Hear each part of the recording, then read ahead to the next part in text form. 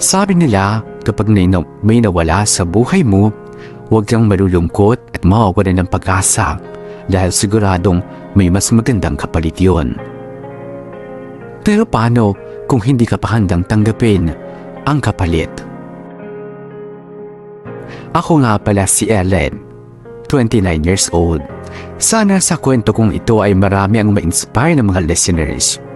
Kung tutuusin, simple lang ang buhay ko, pero pakiramdam ko nasa akin na ang lahat. Kapos man sa pera, pero busog naman ako sa pagmamahal ng aking asawang si Bert. Masipag at napakalambing niyang tao, kaya naman sobra-sobra ko siyang mahal.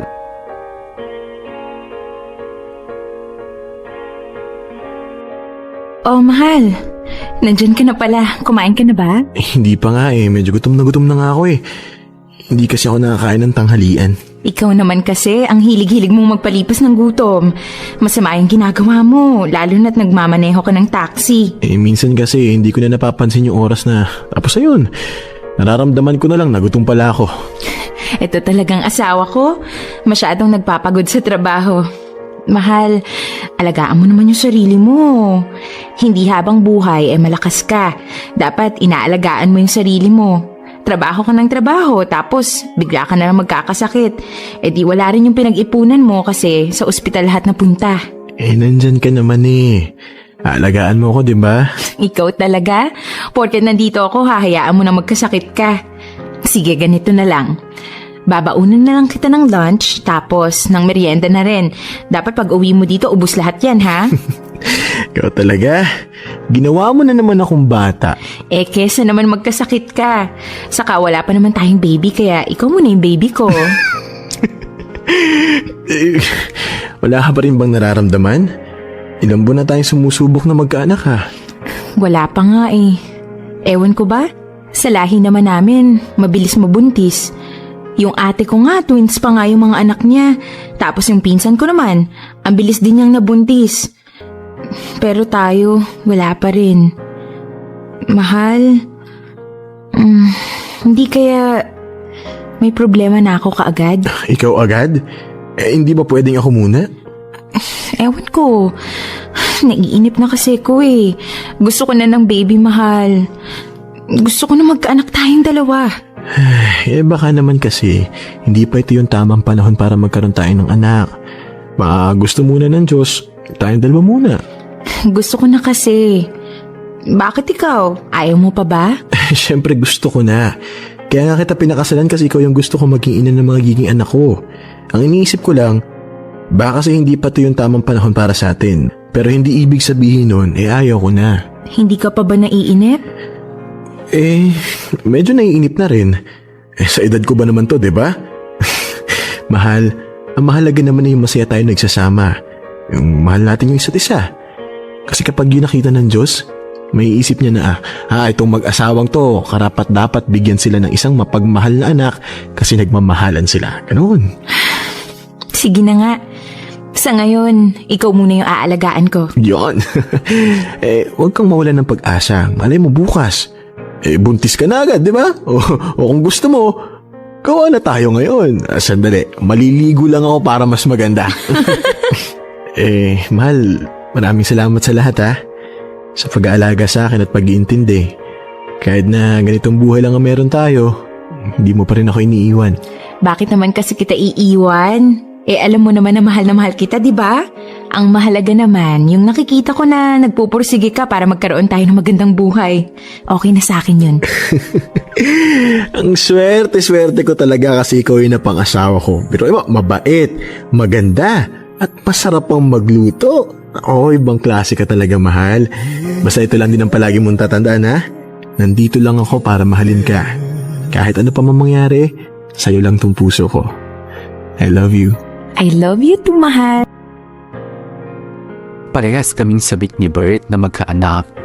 Gusto na rin kasi namin na bumuo ng isang masaya at buong pamilya.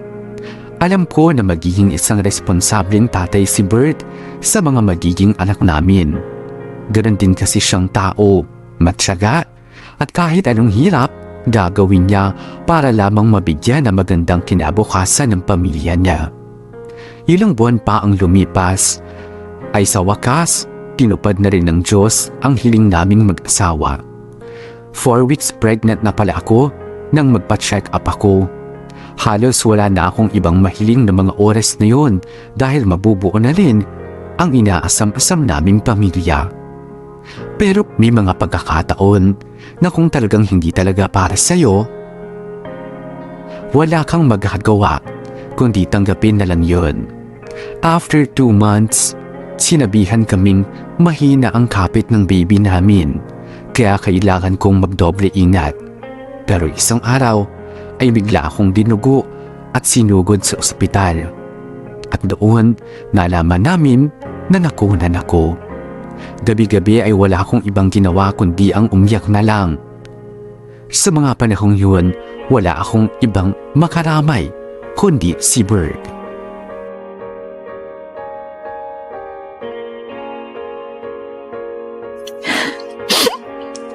Mahal, kanina ka pa umiiyak. Magpahinga ka muna. Bitawan mo na yung mga damit ng anak natin. Hindi lang kasi ako makapaniwala na kukunin siya agad sa atin. Hindi ko man lang nakita yung ngiti niya, yung tawa niya. Hindi ko man lang naparamdam sa kanya kung gaano ko siya kamahal. Mahal, tama na. Bert, bakit ganun? Alam ng Diyos kung gaano natin kagusto magkaroon ng anak. Ako, alam niya na matagal ko nang pinapangarap na maging isang ina. Nang dumating si Cindy sa buhay natin, akala ko, yun na yung pagkakataon ko. Pero agad din siyang kinuha. Mahal, isipin na lang natin na hindi si Cindy yung para sa atin, di ba? Alam mo naman na marami ang naging komplikasyon niya. Kaya kaysa sa mahirapan siya, kinuha na lang siya ng Diyos. Wala ba siyang tiwala sa atin? Anak ko yun eh. Kahit anong gawin ko, para lang gumaling siya. Lahat ng pintuan kakatukin ko para lang gumaling si Cindy. Hindi man lang niya ako binigyan ng pagkakataon na gawin yung responsibilidad ko bilang ina. 2 araw ko siyang nahawakan, Bert. 2 araw lang. Tama na. Nandito lang naman ako eh. Tama na. Isa lang naman yung pinapanalangin ko. Yung makasama yung anak ko. Yung mapalaki siya ng mabuti. Naging masama ba akong tao? Hindi naman, diba? Helen, huwag mong sabihin yan. Tama na. Pero bakit hindi niya sa akin binigay yung anak ko? Yun lang naman yung dinadasal ko, yung makasama si Cindy. Pero wala na. Wala na yung anak ko.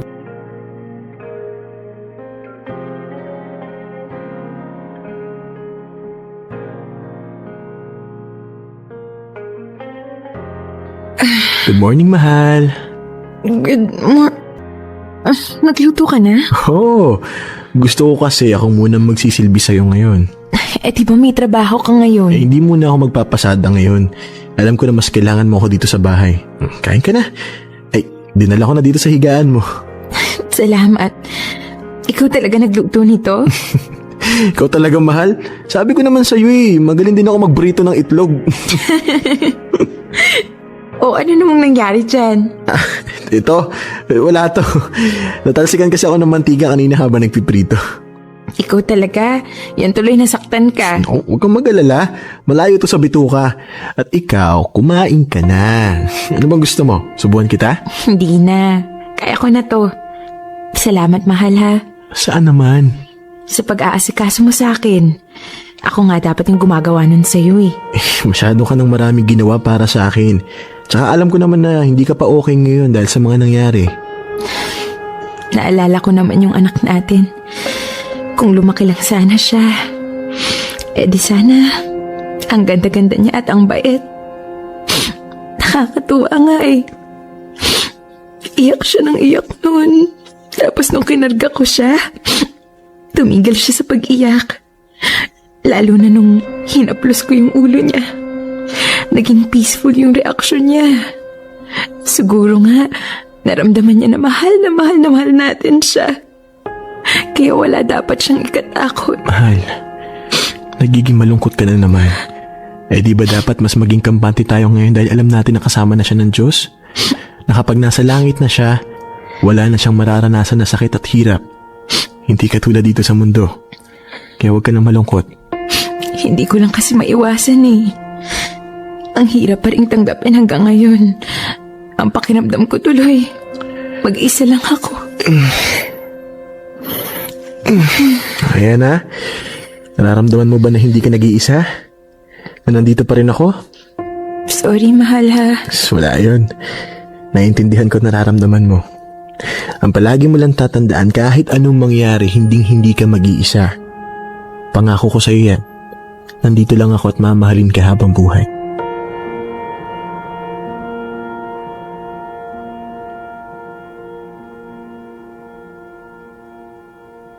Si Bert ang naging lakas ko para malagpasan ang pagsubok na yon sa aming buhay. Dahil sa pag-aalaga niya, unti-unti ako naging maayos. Natuto na ako ulit ngumiti at maging masaya. Sa nangyari sa amin, alam kong mas minahal namin ang isa't isa. Inisip ko nga na siguro binigay yun ng Diyos sa amin para mas pagtibayin pa ang pagsasama namin at para ihanda kami sa mas mabigat pang pagsubok. Ay, sa wakas, natapos din ako maglinis. Ano to? I love you, mahal. Ikaw ang pinakamaganda at mapagmahal na asawa sa buong mundo. Maraming salamat sa lahat, Bert. Ito talagang asawa ko, kung ano-ano pang alam. Ay, hindi ko pa pala napunasan tong picture frame. Naku, nabasag yung frame ah. Ano ba naman to? Ano nga palang nangyari dun? Matawagan na nga.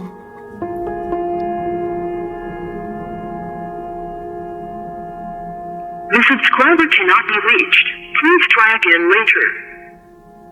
Teka, bakit nakapatay yung phone niya? Hindi naman to nagpapatay ng phone eh.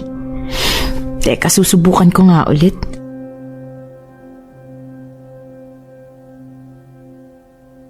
The subscriber cannot be reached.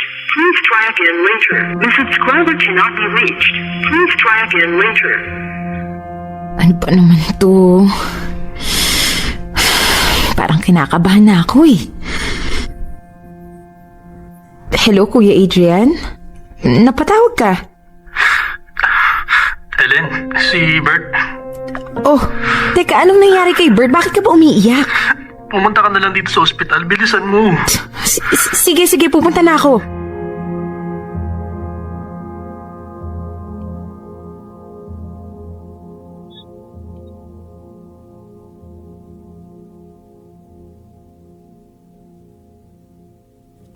Paging Dr. Di Pasupil. Dr. Di Pasupil, please proceed to the emergency room. Kuya, nasan si Bert? Okay lang ba siya? Nandito siya. Kuya, niloloko mo ba ako? Morgue to eh. Anong klaseng biro to?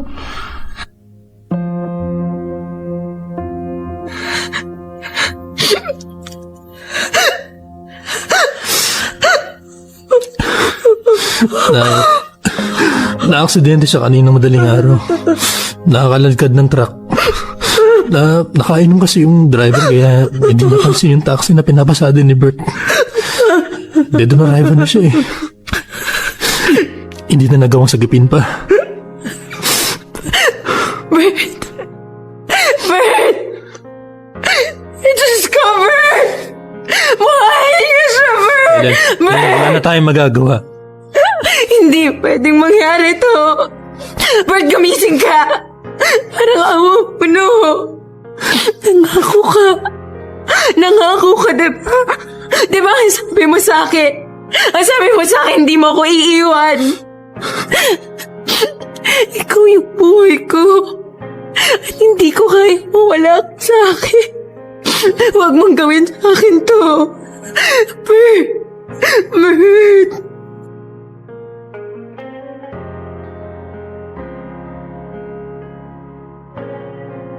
Ellen, kumain ka muna.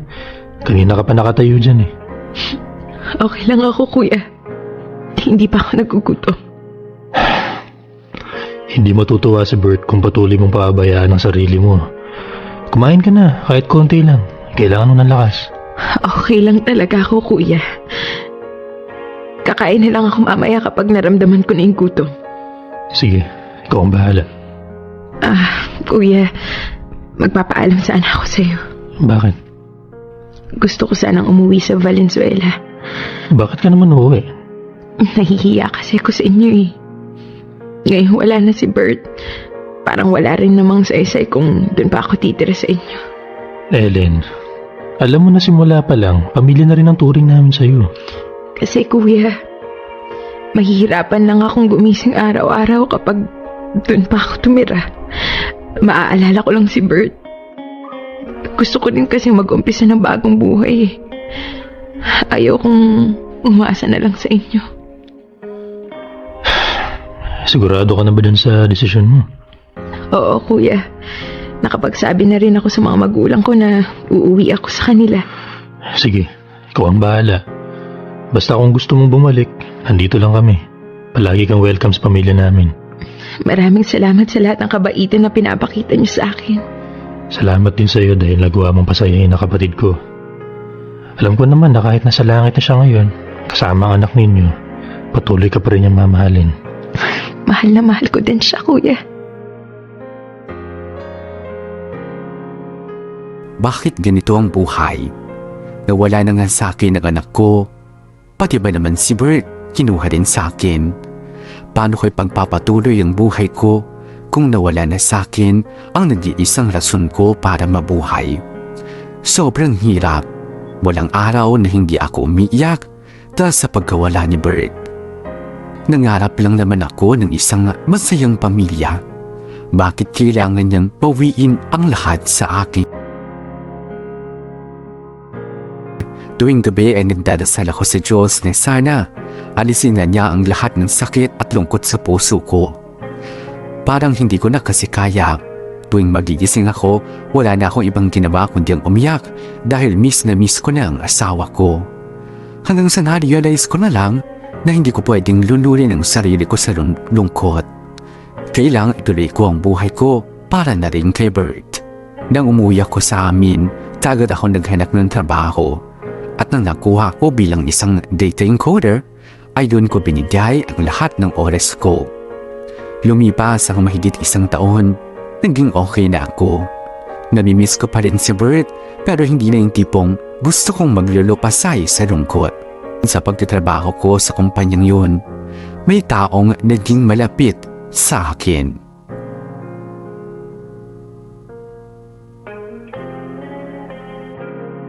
Hi, Ellen. Oh, Alan. Anong meron? Wala lang. Busy ka ngayon ah. Baka naman gusto mong mag-lunch. Ha? Lunch na ba? Opo. Ikaw talaga, napaka-workaholic mo kasi. Pati yung oras ng pagkain, nakakalimutan mo na. Ang dami ko pa kasing ini-encode eh. Mauna ka na lang. Hindi ka kakain? Hindi na. Kailangan ko kasi itong tapusin. Oh, bakit mo pinatay yung computer ko? Eh kasi hanggat hindi yan nakapatay, alam ko hindi ka rin kakain. Kaya halika na. Wala akong pera. Ikaw? Walang pera? Kailan pa nangyari yun? Ang tipid-tipid mo kaya. Pero sige, halika. Libre kita ng lunch.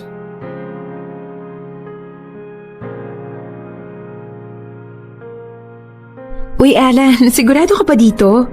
Ang dami nito, oh. Hindi natin ito mauubos. Mauubos natin yan. Maniwala sa akin. Ikaw talaga. Nagda-diet nga ako tapos papakainin mo ako ng marami. Anong diet ka dyan? Eh halos wala na nga akong makitang laman dyan sa braso mo. Para kang may sakit sa payat oh. Grabe ka naman. Kahit kaunti may laman pa naman ako, no? Alam mo, mas bagay sa'yo yung medyo may laman. Kaya ito. Kumain ka na kumain, ha? Oh, ba't natahimik ka? Naalala ko kasi yung asawa ko eh. Ganyan na ganyan ako sa kanya. Hindi ko siya pinapaalis ng bahay hanggat hindi ko makain ng agahan at walang baon. Madali kasi yung magkasakit eh. Ilang taon na nga ulit siyang wala? 1.5 years. Mhm. Pero alam mo, hanggang ngayon, namimiss ko pa rin siya. Naisip ko nga, paano kung buhay pa siya? Ano kaya yung magiging buhay namin? Eh di mas masaya ka ngayon. Tsaka, normal yan pakiramdam mo. Ikaw, kumusta kayo ng ex-wife mo? Ayun, okay lang. Civil kaming dalawa. Kapag may activity sa school yung bata, sabay kaming pumupunta. Buti hindi nalilito yung bata. Hindi nagtatanong kung bakit hindi kayo magkasama sa iisang bahay. Matalino yung anak kong yon. Madaling makaintindi.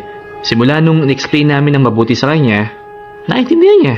Ang mahalaga naman, hindi kami nagkukulang sa kanya bilang mga magulang. Buti ka pa, naranasan mong magkaroon ng buong pamilya. Samantalang ako, namatayan ng anak tapos pagkalipas ng 4 na buwan, namatayan din ng asawa. Ewan ko ba? Ang malas ko yata. Oy, huwag mong sasabihin yan, Ellen, ha? Wala kang kasalanan sa lahat na nangyari sa'yo. Isipin mo na lang na kaya binigay sa'yo ng Diyos yung mga ganyang klaseng pagsubok kasi alam niya na kaya mong lagpasan. Sa tingin mo? Oo naman. Tignan mo nga yung sarili mo.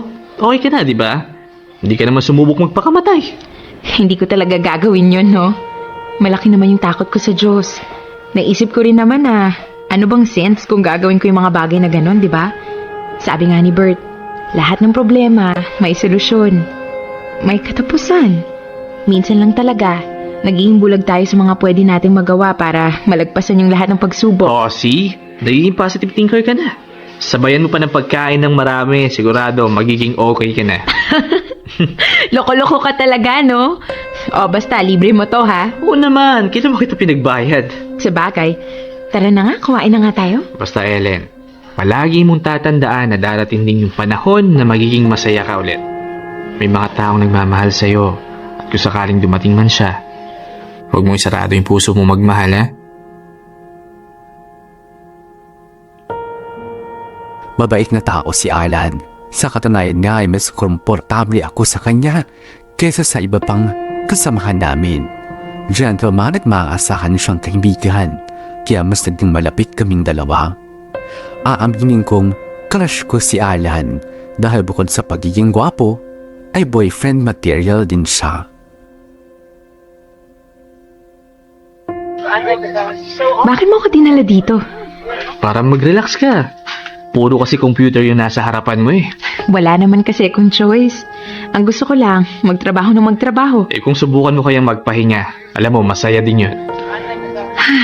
Sa bagay, nakakamiss din palang gawin to. Salamat ha.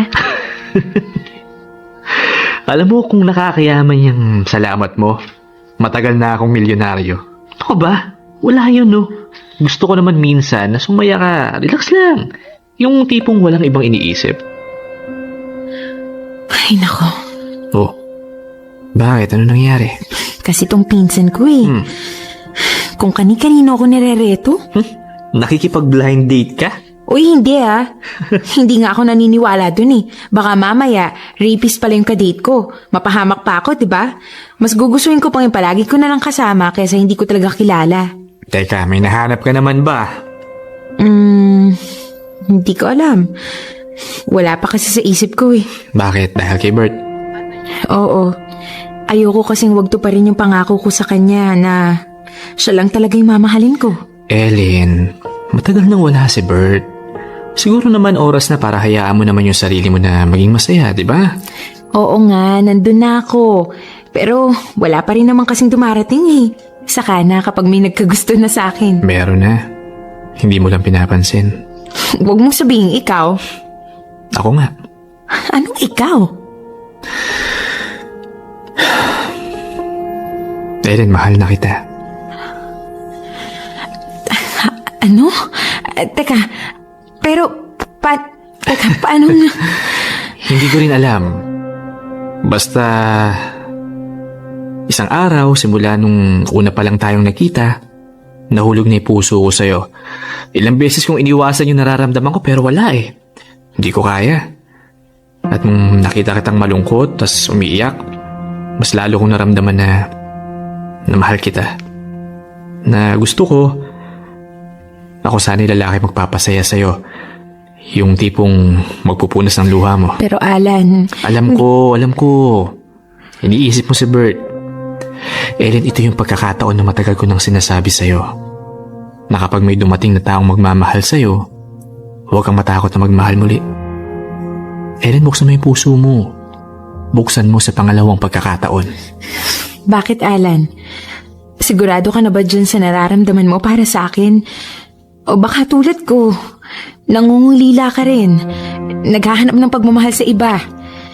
Kasi kung ganun lang din naman, hindi ko kayang tanggapin yung pagmamahal mo. Ayoko nang maranasan yung maiwang mag-isa. Ellen, sigurado ako. Mahal na kita. Simula nang dumating ka, nagbago na yung buhay ko. Ikaw ang nagbigay sa akin ng rason para sumaya. Ikaw ang naging daan ko para muli kong maalala na magmahal muli. Na huwag ikulong ang sarili sa nakaraan. Ikaw ang babaeng gusto kong mahalin. At matagal ko nang hinihintay.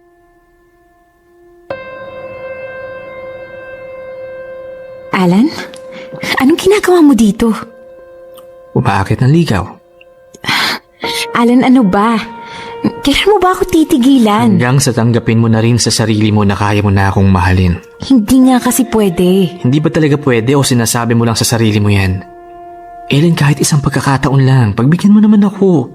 Papatunayan ko sa'yo na mahal kita. Hindi pa ako handang magmahal, Alan. Pues maghihintay ako. Kahit gaano katagal, wala akong pakailam kasi totoo yung nararamdaman ko sa'yo. Tanggapin mo rin sa sarili mo na may karapatan ka pa rin mahalin. At ako yun, Ellen. Ako yung magmamahal uli sa'yo ng sobra. Hindi ko hihilingin kahit kailan napalitan si Bert dyan sa puso mo. Pero ang hiling ko lang kahit minsan, pansinin mo naman yung pagmamahal ko para sa'yo.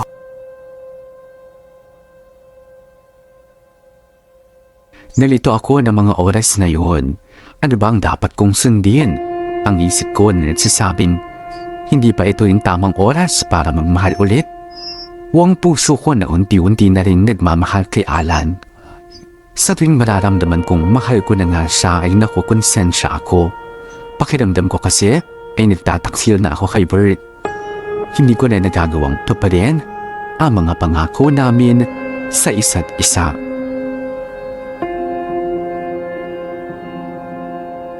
Mahal, 2 taon na simula nung mawala ka sa akin. Alam mo, nung nawala ka, akala ko hindi ko makakayanan ang lahat eh. Sobrang sakit. Kasi 'di ba, nangako ka sa akin na hindi mo ako iiwan. Pero wala eh. Hindi na kita kasama ngayon. Sobrang miss na kita. Kung bibigyan lang ako ng Diyos ng isa pang pagkakataon, hihilingin ko sa Kanya na kahit isang saglit lang, makasama kita ulit. Kahit isang minuto lang, mayakap kita. Kasi Bert, hanggang ngayon, hirap pa rin ako.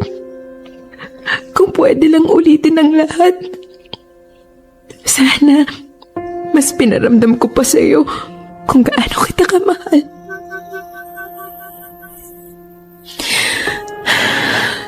Pero mahal, may bagong dumating sa buhay ko. Si Alan. Tulad mo, mabait din siya at nararamdaman kong mahal niya ako. Sa ngayon, hindi ko alam kung paano ko siya mamahalin kasi parang hindi pa kita kayang palayain.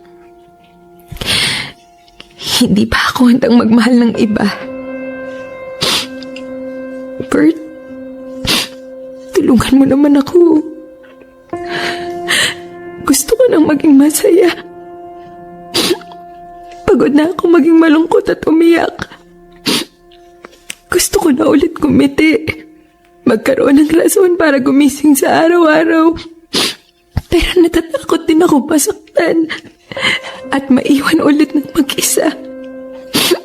Please, tulungan mo ako.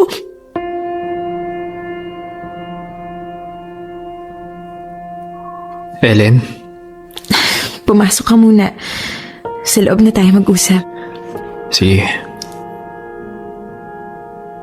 Ano yung sasabihin mo sa akin?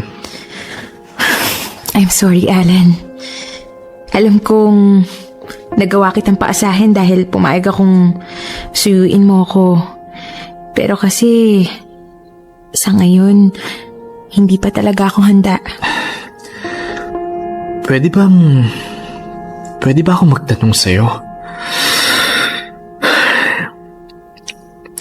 Kahit minsan, naisip mo rin bang mahal mo rin ako? Mabuti kang tao, Alan.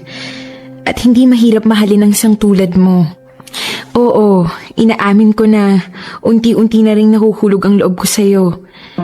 Pero gusto ko muna kasing siguraduhin na wala nang sakit sa puso ko. Na alam ko na sa sarili ko na kaya kong magmahal. Yung pagmamahal na hindi dahil sa nalulungkot lang ako. Ayaw kong dumating sa punto na baka ma-realize ko na ginamit pala kita para makalimot lang ako. Ellen, kung yun lang ang iniisip mo, wala yung kaso sa akin. Handa akong tanggapin ang lahat sa'yo. Ayoko, Alan. Ayokong maging unfair sa'yo. Karapatan mo ang mahalin ng totoo na walang ibang dahilan. Gusto ko munang ayusin yung buhay ko, Alan. Pwede naman kitang tulungan eh. Magtulungan tayong dalawa. Magagawa mo pa rin naman yung kahit kasama mo ko. Pangako ko sa'yo kahit kailan hindi ako magiging hadlang sa'yo. Hindi pa ito yung tamang oras para sa atin. At kung talagang nakatadhana tayo para sa isa't isa, magiging tayo din sa huli. Ayokong magmadali dahil tayo rin naman yung mahihirapan eh. Ang masasaktan. Sa ngayon, kailangan muna natin magpaalam sa isa't isa at hintayin yung tamang panahon para magmahal tayong dalawa. But Ellen, please. Huwag ka naman lumayo sa akin. Ikaw ang nagsabi, di ba? Unti-unti mo na rin akong minamahal. Yun ang gamitin natin para magsimula. Ito yung pagkakataon na hihingin ko sa'yo. Intindihin mo yung sinasabi ng puso't isipan ko. Hindi ko ginagawa to dahil sa hindi kita mahal. Ginagawa ko to dahil mahal na mahal kita. At ayaw kitang masaktan, Alan. Alam ko, magagawa mo ring tanggapin ang lahat. Pangako ko sa'yo, kapag okay na ako, kapag sigurado na ako sa nararamdaman ko, babalik ako sa'yo. Babalikan kita.